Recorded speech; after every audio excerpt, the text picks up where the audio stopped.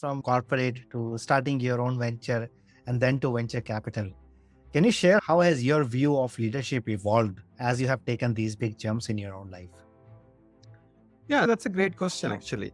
So, to me, the leadership, right? I think one has to be a good follower to become a good leader, right? Unless you understand the, the sort of nuances of being a good team player, a good follower, you cannot be a good leader, right? I think I always believe that. I think that's something which is very important.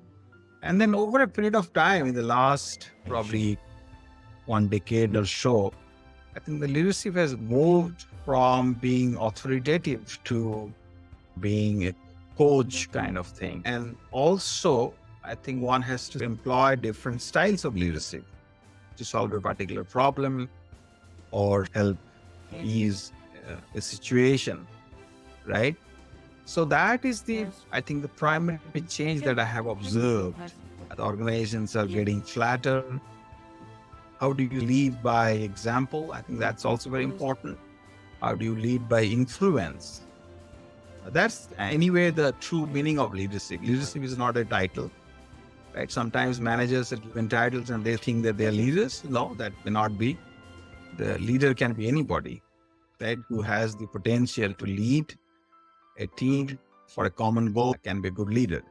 I think with the advent of technology, I think that true definition has been more prominent than before. Otherwise, the leadership definition has been the same. And also, I think leaders are trying to find their true north.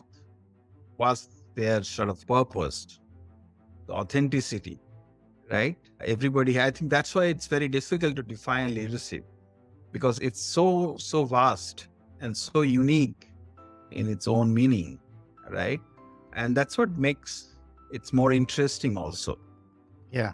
And I think there was a famous quote by one of the professors at Harvard London Business School. And he said that if you want to silence a room full of executives, try ask this question: why should anyone be led by you? I think that's one of the toughest questions that you can ask someone. And I think failures are also part of leadership. You cannot be always successful, but how do you take it positively? I think that's very important. So those are the things I think I have seen over a period of time, the facets of leadership. And I think the authenticity, mindfulness. So those are coming to the fore. And as we move forward, I think people would like to follow leaders who are authentic, who have a purpose, right? Purpose driven, and really lead by example. Yeah. For the organization, for the society, for the entire world.